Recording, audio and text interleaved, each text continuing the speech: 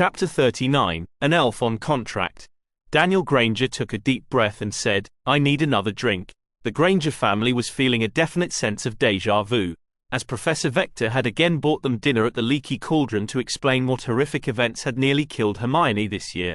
It wasn't pretty. So, just to review, Dan said to Professor Vector, a cursed book containing the memories of the same evil wizard as last year possessed Hermione's friend, Ginny Weasley, and forced her to unleash a giant snake on the school that can kill with its eyes, and Hermione was the only one to figure out what it was and how to protect herself from it, and you took her, Harry Potter, and another professor who wound up trying to erase all of your memories down to a hidden chamber under the school, with Ron Weasley sneaking down with you, and you killed the monster, destroyed the bug, saved Ginny. Did I miss anything? No. Chapter on this teaching stunt. So it is sight. Her mum's arm had wrapped tight around her from kills with its eyes. Do we really need to say it, Professor? He asked. Vector sighed and said, I have no defense, Mr. Granger, except to say that your daughter saved her own life and a number of others by her actions, and saved the school from being closed, and, may I add, helped to prevent you-know-who from returning to power again. I allowed Hermione to come because time was of the essence, and I didn't believe I could understand her protective spell quickly enough. I had no choice but to bring Mr. Potter, as he was the only person in the castle who could open the chamber. As for Mr. Weasley, once he was down there was no time to find a way to get him back out. I also believed that between myself and the defense professor, we could keep them safe. That obviously didn't go as intended, but we did succeed in the end. You said Hermione still got hurt. Emma said shakily, Mum, it was 2 cracked ribs that Madame Pomfrey healed right away in the case of magical exhaustion. Hermione defended herself. That's not much by wizarding standards. Don't give me that, Hermione, Emma snapped. It was sheer dumb luck that it wasn't a lot worse. And don't think we've forgotten your part in all this, Missy. Hermione hung her head. I'm sorry, Mum. I know I was being reckless. I should have gone straight to a teacher instead of the library. Everything else, though, I had to do it. I mean, I wouldn't have gone down there if I didn't have to, but there was no time. We barely got to Ginny in time, and as it was, I had to invent a new protective spell on the spot. And Harry really was the only one who could open the chamber. Plus, Lockhart was supposed to have the skills and responsibility to protect us. It's not my fault he turned out to be a dirty, filthy, memory-charming fraud. Emma was surprised at the disgust in her daughter's voice, even if she wholeheartedly agreed. Someone trying to wipe her daughter's memories was a really nasty thought, although she was a little concerned that Hermione sounded more shaken up about that than the whole giant snake thing. Well, be that as it may. That's still. Her voice cracked, and she held her daughter tighter. How many times have you nearly been killed at that school now? 3, by my count, Hermione muttered, though it was something of a matter of opinion how to count them. She patted her mother on the back and said, But Mum, those things can't happen again. Well, another troll could possibly get in, but it would be very unlikely. The monster's dead, and you know who can't get back in the school. Dumbledore made sure of that. Just like he was supposed to last year. Dan said skeptically, Dad, there was nothing he could do about the chamber. Only a Parselmouth could open it. It's just bad luck something like this happened 2 years in a row. I would have to agree with her on that. Vector started. I think you've said enough, Professor, Dan snapped. Daddy. She's just trying to help, Hermione insisted. Well, I'm sorry, Professor, but your help hasn't been very helpful lately. Hermione wasn't about to take that. Professor Vector took Professor McGonagall's place going down into the chamber because she promised to protect me, she said. That was enough to make her parents stop and take another look at her favorite teacher. Truthfully, she had half a mind to add that Professor Vector had been firing off spells like she had never seen before during that fight. Vector definitely had solid fighting skills, and Hermione was starting to realize just how far she had to go in the area of dueling. We're very grateful to you for protecting Hermione, Emma told Vector. And we can recognize that it was a difficult situation, but obviously, we would much rather she was never in danger in the first place. And with 3 incidents like this in 2 years, it's getting really hard to keep making the case for Hogwarts. But Mum, we'll discuss this when you get home. Hermione, Emma said sternly. Wait, Mum, Dad, look, she cut in. Before you start talking about transferring me to Beauxbatons again, there's something I need to talk to you about first. And what's that? her father said with a sigh. Just a moment. She extricated herself from her mother's grasp and got up to open the door. Dobby, she called, could you come in here, please? Dobby is here. Miss Hermione Granger. Dan and Emma watched with wide eyes as Hermione ushered the timid-looking creature into the room. They had heard Hermione's descriptions of house elves, but they had never actually seen one before. He was as she described him, though, 3 feet tall, bat-eared with huge green eyes, still wearing a dirty pillowcase and one human-sized sock, and covered with old scars. Mum, Dad, this is Dobby, the elf who tried to warn Harry about the monster. Goodness, what happened to him? Emma said when she saw the scars. His old masters happened to him, Hermione said angrily. Some wizards are really abusive to their elves. Harry and I convinced Mr. Malfoy to free Dobby after the whole basilisk incident. And by convinced, you mean? Dan said shrewdly. It was all perfectly legal, Hermione said quickly. But Mr. Malfoy was pretty angry. Dobby trembled and whispered, he was trying to curse Miss Hermione Granger, but Dobby stopped him. Sir, thank you, Dobby, Hermione said, rolling her eyes. She could have done without him mentioning that part. Thank you for that, Emma said uneasily. You is most welcome, Mom. Dobby is very happy to be a free elf, and he is honored to be meeting Mr. and Mrs. Granger. He shook both of their hands. So, Dobby? Dan asked. You knew about the chamber the whole time? Dobby's ears drooped, and he lowered his head. Yes, Mr. Granger, sir, but Dobby could not tell. Dobby could not be revealing his master's secrets while he was bound, sir. Dobby is very glad to get away from his bad. He started shaking in his one sock. Oh no, Hermione said. She lunged forward and grabbed the elf's arms, pulling him away from the table just before he could smack his head into it. Bad Dobby, he yelled. Both of her parents and even Professor Vector flinched away from the display. Dobby, stop, she shouted. The elf shuddered and went limp at once. Dobby is sorry, miss.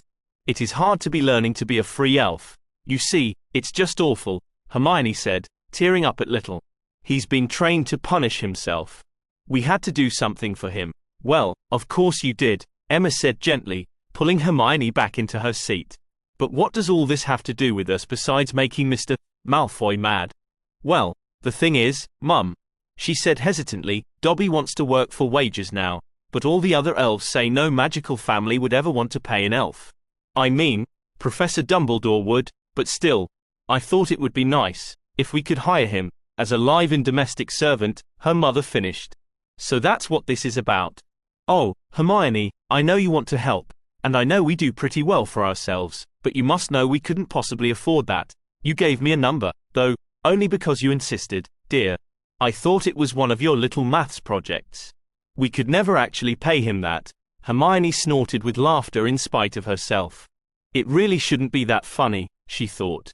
It was another sign of how badly messed up Dobby was, or elves in general, maybe, but it was hard not to laugh when she said, Mum, Dobby refuses to work for more than a third of that. What? Dan and Emma both said in disbelief. I couldn't get him to accept more than 1 galleon a week and 1 day off a month, Hermione said flatly. You can try to convince him otherwise if you want, but you wouldn't believe how stubborn elves can be. But, Dobby. Emma addressed him. We know how much a galleon is. That's not very much at all for your work. Oh, but Dobby is not a greedy elf, Mrs. Granger, Ma'am. Miss Hermione Granger offered Dobby 3 galleons a week and weekends off, too, but Dobby beat her down. Dobby is liking being free, Ma'am, but he is still being an elf at heart. He is liking to work better, Ma'am, if it is for good masters. Emma's mouth hung open for a minute. Hermione had told her parents how strange elf psychology was, but they hadn't believed her until now. Professor? She looked to Vector for insight. Don't look at me, Mrs. Granger, Vector replied. This is all Hermione's idea. I don't really understand it myself, I'm afraid. An elf who actually wants wages is like an evil Gryffindor or a cuddly werewolf. They're so rare they might as well not exist. And you're okay with this, Hermione? Well, I do think it's a slave wage myself, but it's better than outright slavery, Hermione replied. And technically, it's a galleon a week plus room and board. Although the room doesn't cost us anything, and the board, well, look at him. He's not even 2 stone. But anyway, it's all technically legal, It's not like the elves have a trade board. She sighed wearily. She didn't like the house elves situation any more than the next Muggle-born, but this had been a bit of a sore spot with her parents with her befriending them. The fact is, elves are wired differently than we are. They're not even modified humans. They're uplifted animals. It's not an ideal situation, but I thought maybe Dobby could set an example for the other elves by working for a family that cares about him. You know, show them there's an alternative. Hermione pulled some official-look parchments out of her bag and laid them on the table. At the top, they said, Ministry of Magic, Department of Regulation and Control of Magical Creatures, Office for House Elf Relocation. Listen, I talked it all over with Professor Dumbledore before I came home, and he really liked the idea. He even helped me with the paperwork at the ministry. The joke's really on them. You see, there's a heavy tariff on bonding an elf to your family, to keep less well-off families from snatching up dismissed elves, but there's no fee for hiring one for pay because no one ever bothered to create one. She laughed a little. Anyway, Professor Dumbledore said we could hire Dobby, and he could work for us during breaks as our family elf, but then during the school year, we could subcontract his services to Hogwarts at parity. Then, he'll be right there in the castle, and under the contract, Professor Dumbledore says I could still call him on an as-needed basis or buy back his contract at 3 sickles a day. Dan's and Emma's heads were spinning as they looked over the paperwork. Everything was there in the contract. It looked much simpler and more straightforward than any Muggle contract.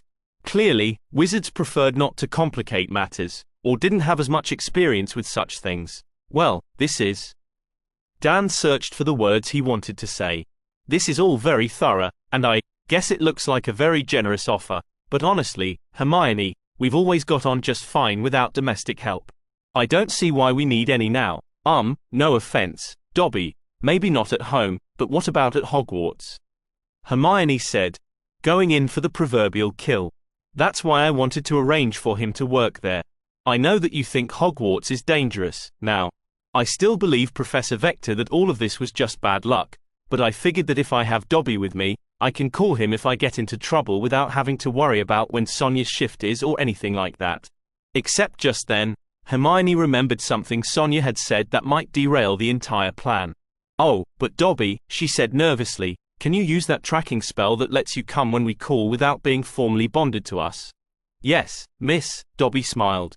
With the bond of contract, Dobby can put an elf trace on all of you, miss, even if he is working for wages. But that is being old elf law, so not all the elves knows it. Good. Thank you. It was very lucky Dobby was from such an ancient and traditional elf family. So there'll be no problem. Under this contract, I can call him for help anytime. Dan let out a heavy sigh. Hermione really was bound and determined to go back to that place, it seemed. True, he and his wife could both see how much good it did her and how dedicated her friends were there, but at this point, they really felt it would be better to cut their losses. Even if they could see how the horrors she had witnessed in the past 2 years might be a terrible coincidence, they just weren't prepared to trust that anymore. But then again, everything Hermione had ever told them about house elves said they were dead useful and loyal to a fault if they were treated well. Maybe, Professor, could you and Hermione, and Dobby, step out for a little while? I think Emma and I need to discuss this in private. Of course, Mr. Granger. Come on, let's go. Vector led Hermione and Dobby out to the main part of the pub, where they took a table and waited nervously. Hermione was fidgeting badly in her seat. Hermione, Vector whispered, I want you to know that whatever happens, I'm proud of you, and I want to keep up that independent study I mentioned. You do? Hermione said hopefully, yes. Whatever we can manage by owl correspondence, certainly. I wouldn't worry about your studies at Beauxbatons, either. I'm sure you would shine just as brightly there. Thank you, Mom. They made uneasy small talk after that for a while, until Dan came out and beckoned them to come back into the private room. Okay, first things first, he said. Dobby, we have decided that we would like to offer you employment on this contract at least through the end of August. We'll consider continuing after that once we've solidified our other plans. At that, Dobby leapt up with glee and shook Dan's hand again. Master Daniel Granger, sir, he squealed. You is being most generous to Dobby. Dobby is so happy to be working for wages, sir. Dobby will be the best elf for Miss Hermione Granger and her family. Thank you, Dobby. Hermione, Your mother and I have agreed that we won't decide about Hogwarts just yet, he said reluctantly. We'll try this deal with Dobby for the summer to see how he works out and decide closer to September. Hermione sighed with relief. At least she had some time to convince them. Thank you, Daddy, she said. I really appreciate that. And Professor Vector, thank you for being so open with us again. We have a lot to think about, but we'll keep you informed of our decisions. Thank you, Mr. Granger. I'm glad Hermione has such a supportive family. I can see that she draws a lot of her strength from having people around her who care about her. Hermione blushed deeply. I just want you to know, your daughter is not defenseless. I know she's only completed 2 years of schooling, but she can protect herself better than you might think. Good evening, and thank you for hearing me out. Dan and Emma watched her go, and they couldn't help turning and giving the daughter a curious look. As distressing as the whole thing was, it did sound like she had pulled off an impressive feat of magic, not to mention hexing that evil wizard in the face again, as insane as that sounded. It made them wonder just how far she would go by the time she was done. The drive home was a strange one. Dobby had never ridden in a car before, and the Grangers all hoped no one noticed as he gazed in awe out the window at the sights of Muggle London. The Muggle world is being very huge and shiny, mistress, the elf squeaked. There must be over 100,000 Muggles in London, mistress. The Grangers all suppressed a laugh. Dobby had obviously just picked a number that was much bigger than the population of magical Britain without knowing anything else. With his disconcerting use of the word, mistress, Hermione needed a moment to realize that he was addressing her. She'd have to do something about that. Dobby, there are about 7 million Muggles in Greater London, she said gently. Dobby's large green eyes looked like they might pop out of his head. Millions of Muggles. Dobby never knew.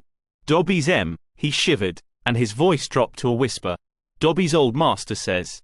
He says the Muggles is animals scratching the dirt. Pardon Dobby, mistress. Dobby never knew there could be so many Muggles to build such a great city. Hermione decided not to overload his brain with the knowledge of just how many other great Muggle cities there were. Instead, she just said, well, your old master's so insulated he probably never set foot outside the magical quarter of London. Dobby nodded his head, and then Hermione had to grab his hands before he smacked himself. They would have to work on that, too.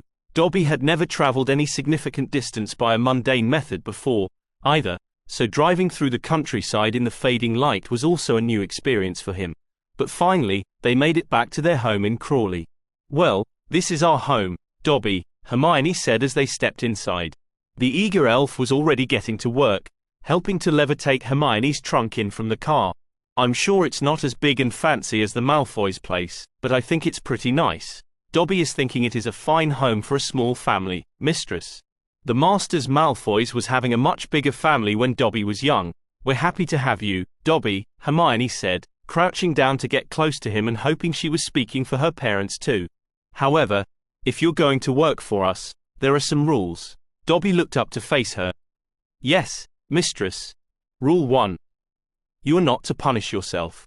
If you think punishment is needed, ask one of us, and we'll decide. Dobby nodded happily. Yes, mistress. Rule 2. You don't have to call any of us master or mistress. You can just use our names, okay? Yes, Miss Hermione, the elf forced himself to say. Hermione didn't bother trying to disabuse him of the verbal tick all elves seem to have to say, sir, or, ma'am, every other sentence. To be honest, it was actually kind of cute. And rule 3. If you feel the need to protect somebody by doing something really odd, like smashing a pudding on the floor, or sealing the barrier into platform 9 3/4, or jinxing a bludger to attack someone, unless it's an emergency, ask one of us first. Dobby gave her a sheepish, toothy grin and nodded. Good. I think this'll work out just fine, Hermione said as she stood up. That was wildly optimistic, she had to admit. Dobby had been pretty messed up probably for decades and had no options to see a proper counselor. She also knew how good elves were at exploiting loopholes in rules.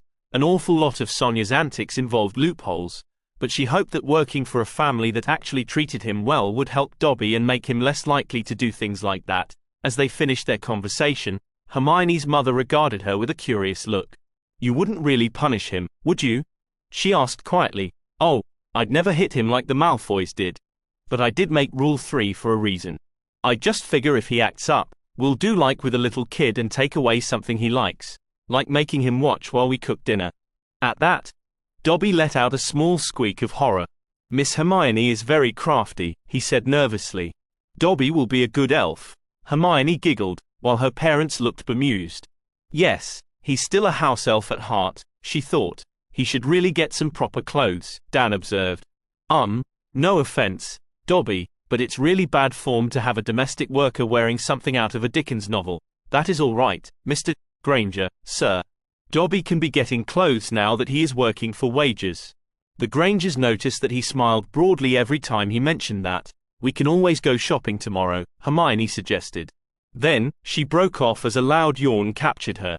"Oh Merlin, it's been a long day," she said, maybe a little over the top. "I'd probably better get some sleep." She started up the stairs. "Hold on, there, young lady," her mother interrupted. "There's still the matter of your punishment." Hermione gulped and turned around. "Punishment?" she said nervously. "Yes, we're proud of you for saving your friend and stopping that evil wizard, but we still don't like how it happened. Personally, I'm still not convinced that your only choice was to go down into that chamber place, but even if we allow that, you admitted yourself that you should have gone straight to a teacher instead of the library. Now, we overlooked your unsafe behavior last year, given the circumstances, but we're not going to do that again." Hermione Granger could face a basilisk, sure, but her parents. That was another matter entirely. Grounded, Hermione griped as Dobby helped her unpack her clothes. "I can't believe I got grounded for saving the world. I feel like I'm in one of those silly cartoon programs. If Dobby may be saying so, Miss Hermione, Dobby is thinking you is being grounded for disobeying your parents." "Master Draco." The elf shuddered as he forced himself to reveal private family information. She made ready to grab him again, but he handled the impulse with just a twitch. "Master Draco was being punished much worse if he disobeyed when he was young, miss, and so was Master Lucius and Master Abraxas," he whispered. Hermione blinked in surprise. Dobby knew 3 generations of Malfoys as children. "Dobby," she said, "if you don't mind saying, how old are you?" "Dobby is being 65, miss." That was a surprise, although maybe it shouldn't have been. Maybe it was the childish way they spoke, but Hermione found it hard to picture most elves as old. Florrie, the head elf at school, was an exception, but even Tilly, who was Sonia's grandmother and probably older than Dobby, was hard to picture as such. Also, Dobby only looked middle-aged under the scars, but she remembered that elves lived longer than wizards. In any case, she actually wasn't surprised that the Malfoy family sounded so strict. Indeed, she wouldn't have expected much less, given what Lucius Malfoy had tried to pull at school. It almost made her feel sorry for Draco, almost.